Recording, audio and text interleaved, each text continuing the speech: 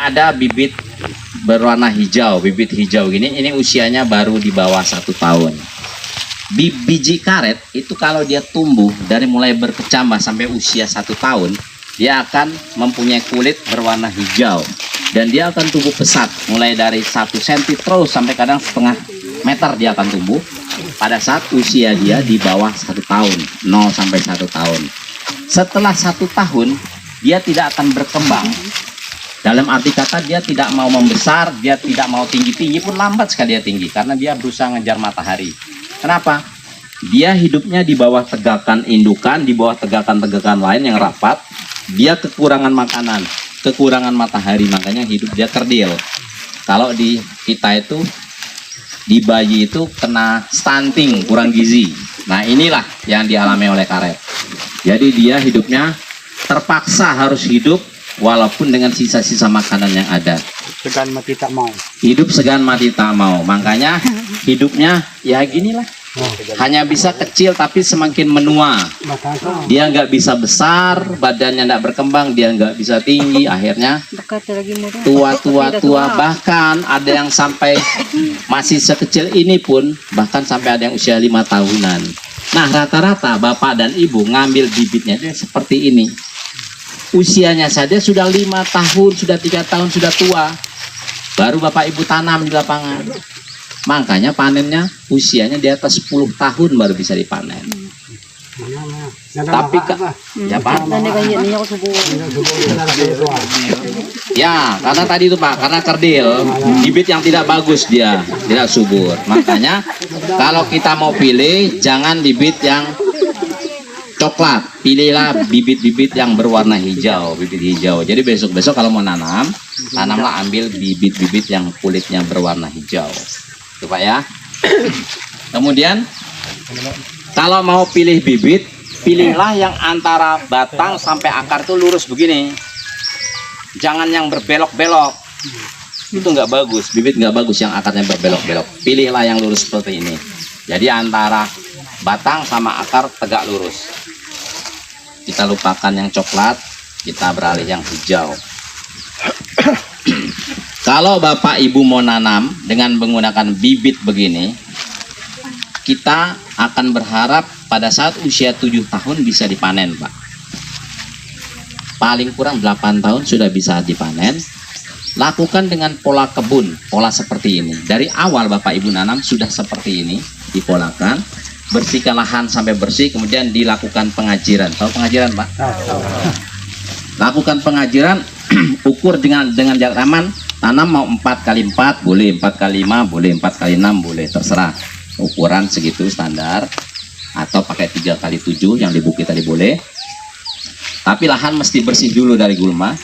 Kemudian setelah diajir, pastikan 1 meter dari ajir di tengah 1 meter dari ajir itu bersih dari gulma. Kalau sudah bersih dari gulma, baru kita siap tanam. Yang ini kita sudah kumpulkan, kita rendam dulu, kan biasa direndam ya, supaya tetap segar. Kemudian kita ambil. Setelah kita ambil, kita bawa ke lapangan. Yang tadi ajir itu kita lubang menggunakan cangkul. Untuk menanam karet itu harus membuat lubang. Jadi dibuat lubang seberapa dalam lubang karet secara standar. Kalau kita mau lubang karet itu Pak, lebarnya 40 cm kali 40 cm, dalamnya 60 cm. Lebarnya 40 cm, 2 kilan, dalamnya 3 kilan, 60 cm. Kalau mau standar, tapi saya juga nggak nyampaikan suruh begitu, kecuali nanti pada saat kita melakukan penanaman bibit unggul, itu harus gitu, tidak bisa tidak. Karena ini karet, karena ini karet lokal, nggak apa-apa. Yang penting dibuat lubang, kedalamannya seberapa? Kalau akar itu sampai segini, tambahkan ini pangkal akar, tambahkan 3 jari. Jadi di sini harus masuk ke dalam tanah. Pada saat penanaman, jangan memotong akar tunjang. Ini nggak boleh dipotong. Satu dua. Ini nggak boleh dipotong. Kenapa? Begitu lamanya pohon karet ini untuk menumbuhkan akar tunjangnya Bapak. Jadi jangan sampai dipotong. Makanya kalau dalamnya segini, nah, anggaplah ini membelok sedikit ya. Tambahkan 3 jari. Ini harus masuk ke dalam tanah. Jadi nanam karet itu harus membuat lubang. Jadi kalau kita di sini maaf pada saat nanam karet tuh diambil 2-3 biji karet yang sudah dipotong akarnya, ditugal, masukin, baru digini.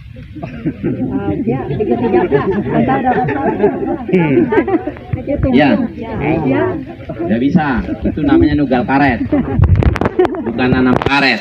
Jadi kalau nanam karet, yaitu tadi ambil, pastikan dalam satu lubang jangan banyak karet, satu saja cukup.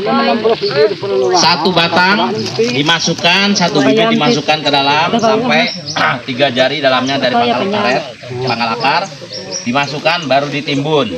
Yang penting lubangnya cukup saja untuk ini, tetapi harus pakai cangkul, jangan pakai tugal. Kalau tugal itu mata tugal cuma 5 cm dalamnya. Itu pun kalau kena tanah yang keras dia nggak mau masuk. Tapi kalau tanah yang lembut sih 1 kali tekan masuk dalam dia. Jangan pakai tugal, pakai cangkul. Kalau pakai tajak juga boleh, tapi jangan pakai tugal. Tanam, sudah ditanam, setiap bulan bapak mesti datangi itu kebun. Gitulah kita ngasih perhatian ke anak. Kita datangi setiap bulan, lihat di seputaran yang kita tanam ini karet ada tumbuh rumput enggak, tumbuh gulma enggak. Kalau ada ya dipastikan, dibersihkan. Kalau enggak, gulmanya tumbuh sehat daripada dia. Makanan semua diambil sama rumput. Ininya enggak mau besar. Jadi ininya setiap bulan dikunjungi, dibersihkan. Kalau yang sebelah-sebelahnya mau ditebas, dipendekin boleh. Tapi yang di seputaran pohon karet ini 1 meter itu tidak boleh ada gulma. Jadi dia betul-betul tumbuh secara maksimal. Makanan yang dia dapat betul-betul banyak. Kemudian sinar matahari yang dia dapat betul-betul full. Itu Pak. Setiap bulan datangi, kunjungi, kita lihat. Kita akan tahu perkembangannya. Jadi biasa pada saat dia tumbuh, dia mulai tumbuh dan berkembang, dia mulai muncul tunas-tunas baru di sini. Tunas-tunas kecil. Itu lakukanlah pewiwilan, dibuang. Jadi sebelum pohon ini mencapai 2,5 meter, semua tunas baru di sini itu mesti dibuang, dibersihkan. Jangan sampai ada tunas-tunas liar. Hanya boleh tumbuh di pucuk sini, bukan di samping. Tumbuh ke atas, bukan ke samping. Jadi yang ke samping tidak boleh dimatikan. Pada saat usia 1 tahun sampai 1,5 tahun itu Bapak, biasanya pohon itu kan tumbuh kurang lebih sebesar ini. Karetnya akan tumbuh sebesar ini batangnya. Kalau sudah 1 tahun, 1,5 tahun. Kalau Bapak nanamnya dengan cara tadi ya, 1 tahun, 1,5 tahun. Kemudian kita piara batangnya ini. Kalau dia sudah tinggi mencapai kurang lebih 2,5 sampai 3 meter. Bentar, saya cari contohnya.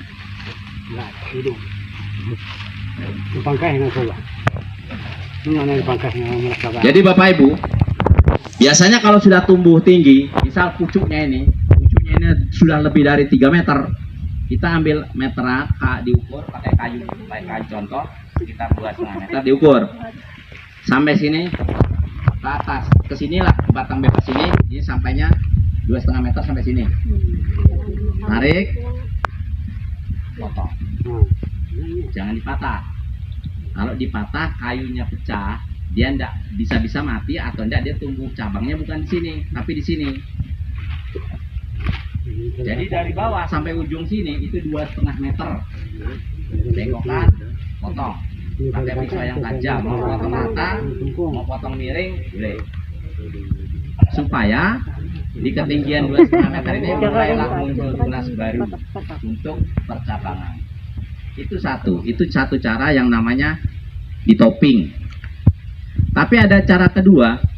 Setelah kita ukur begini, di ujungnya sini, ujung 2,5 meter ini kondisinya seperti ini. Ini 2,5 meter ini, pas sampai pucuk 2,5 meter ini enggak aja ya. Ini boleh saya matikan? Boleh. Orang nih? Enggak apa-apa. Nah.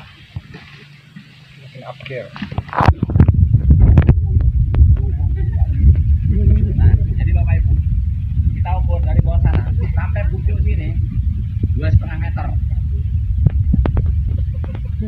yang namanya penyanggulan. Ini namanya penyanggulan. Proses perangsangan pembuatan cabang. Jadi begini, ujungnya begini, diikat pakai tali rapia atau diikat pakai karet gelang. Ikat sini sudah biarkan. Kalau dibiarkan, nanti lama-lama besok ini mati, dia tumbuh tunas di sini. Dia tumbuh tunas baru di sini. Nah, tunas baru seperti itu lebih unggul kenapa? Pada saat dia besar dewasa setelah begini, itu kalau ada angin kuat, angin kencang dia nggak akan patah. Tapi kalau yang tadi dipotong itu mudah sekali patah. Nah, jadi kalau cabang itu sampai 45 jadi pengaruh enggak? Boleh. Boleh. Kalau sudah nggak mengaruh. Kalau sudah cabang itu mau 3, mau 2, mau berapa terserah nggak apa-apa. Boleh. Intinya semakin banyak cabang, semakin banyak ranting, semakin banyak daun, semakin bagus Mas. Gitu. Cabang ini dipotong dulu kan? Coba yang menggunakan 3 cabang kan yang lain dibuang. Jangan. Kalau udah 2,5 ini jangan dia ada yang dibuang. Biarkan dia tumbuh. Nah, biasanya proses percabangan itu kita akan rangsang, kita akan lakukan pada satu usia pohon karet sekitar 1 sampai 1,5 tahun. Itu baru kita rangsang. Dia mulai tumbuh, dia akan percabangannya. Nah, Bapak Ibu, jadi itulah supaya kita punya kebun karetnya, jarak tanamnya rapi, teratur, pertumbuhan perkembangan bisa maksimal, proses percabangannya juga bisa baik, sehingga kita punya kebun akan rapi. Mudah-mudahan dengan begitu, kondisi kebunnya juga bersih, air lateksnya akan banyak. Itu kalau kita menggunakan bibit. Tapi kalau kita mau menggunakan benih juga boleh.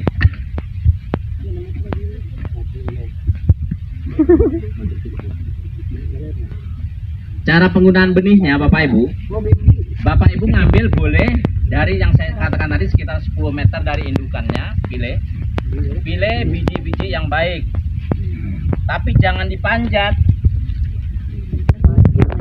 Bijinya nggak boleh dipanjat, nggak boleh dipanen, dipanjat. Ambil biji-biji yang sudah jatuh ke bawah. Pilih biji yang kondisinya kulitnya mengkilat. Jangan yang kusam. Kalau yang kusam ini biji sudah lama. Jadi pilih yang kondisinya masih mengkilat. Kemudian Bapak Ibu goyang. Kalau digoyang nggak bunyi, berarti dia punya lembaga tumbuhnya besar, itu bagus. Tapi kalau Bapak Ibu begini bunyi, klok, berarti kosong. Dia punya lembaganya kecil, itu sudah tidak baik untuk Saya melepau di atas. Bunyi kering. Ya, ini sudah tidak bagus. Jadi, maaf, saya nggak ngerti bahasa Inggris. Jadi, pilih yang begini mengkilat, kemudian digini nggak bunyi. Kemudian kalau kita mau tanam 1 hektar, itu sekitar 400-450 batang. Cari bijinya kurang lebih 500 biji. Kemudian lakukan perendaman di dalam air, masukkan di dalam ember bijinya, rendam. Dalamkan airnya itu sejengkal, setinggi sejengkal dari bijinya. Rendam selama 1 malam. 1 malam besoknya kalau ada biji yang mengapung, itu dibuang. Bijinya nggak bagus. Jadi pilih biji yang tenggelam atau yang mengambang, melayang. Nah itu pilih yang bagus. Tapi yang terapung jangan, itu sudah kosong dalamnya. Kadang digini-gini juga nggak bunyi, tapi dan itu udah nggak ada lembaganya. Itu kalau dia akan ngapungnya. Jadi setelah pilih biji tersebut, baru kita bawa ke lapangan. Sudah direndam tadi kan, kita bawa ke lapangan. Kita di lapangan kita buat bedeng. Di lokasi yang akan kita tanam kita buat bedeng tabur. Buat 1 papan boleh, pakai balok juga boleh, dibuat semeter kali semeter. Media tanamnya diisi pasir, jangan tanah. Kenapa? Pada saat dia mulai berkecambah, kalau tanah kita cabut akarnya putus, akarnya lemah. Tapi kalau pasir, kalaupun susah kita cabut, kita siram air dia lepas dia. Nah jadi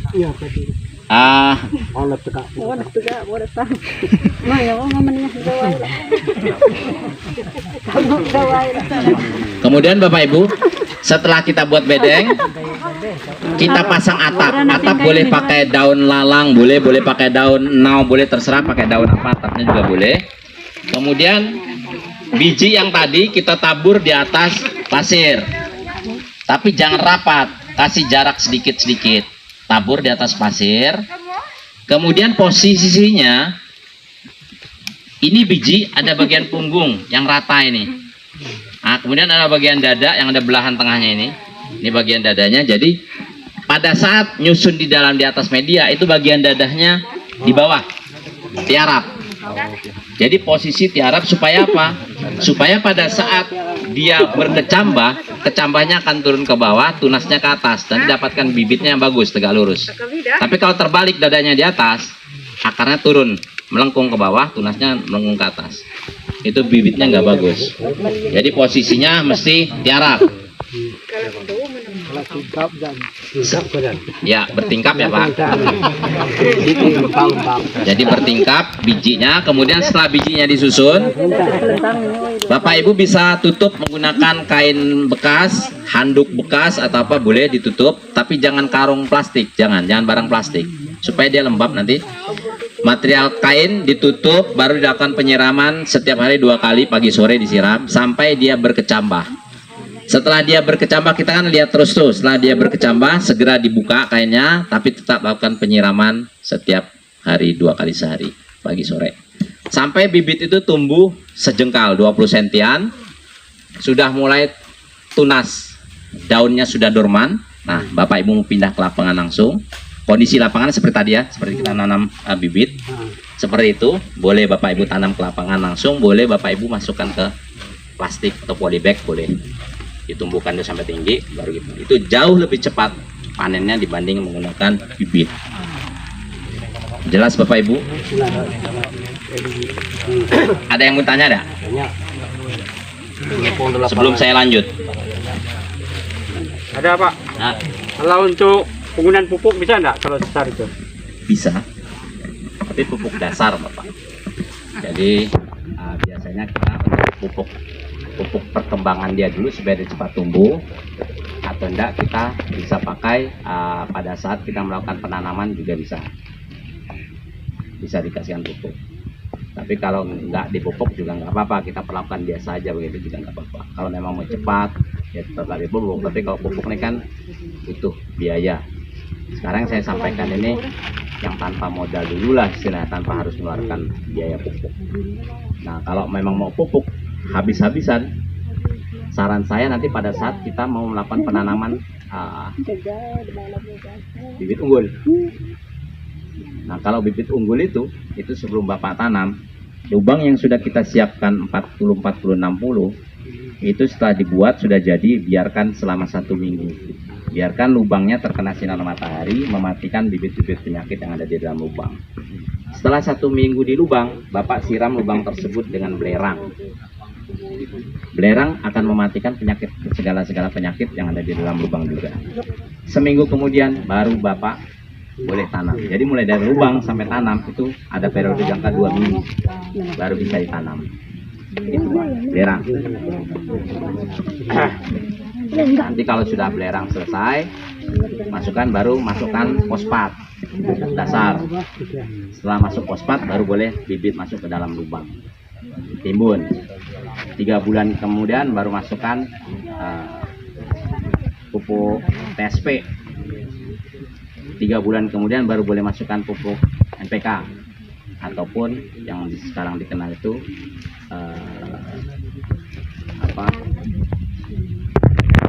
namanya lupa saya. Ada itu ya, sejenis NPK, itu penyubur gitu. Karena kalau sudah besar dia sangat banyak membutuhkan nitrogen untuk pertumbuhan daunnya apa semua itu. Banyak Pak tahapannya. Kalau kita betul-betul pengen itu tadi, kalau kita sudah mengelola satu kebun karet unggul, itu kelola dengan baik dan benar. Jadi jangan pernah sudah punya kebun unggul dibiarkan gitu saja Pak. Sayang. Nanti sebentar saya cerita bagaimana pengalaman petani-petani yang menanam karet unggul. Baik Bapak Ibu, saya lanjut. Itu tadi bagaimana cara penanaman bibit maupun benih, dari benih. Nah, sekarang kita praktek ini Bapak Ibu.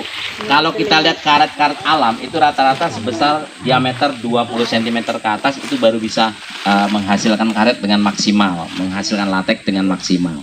Jadi kalau kita lihat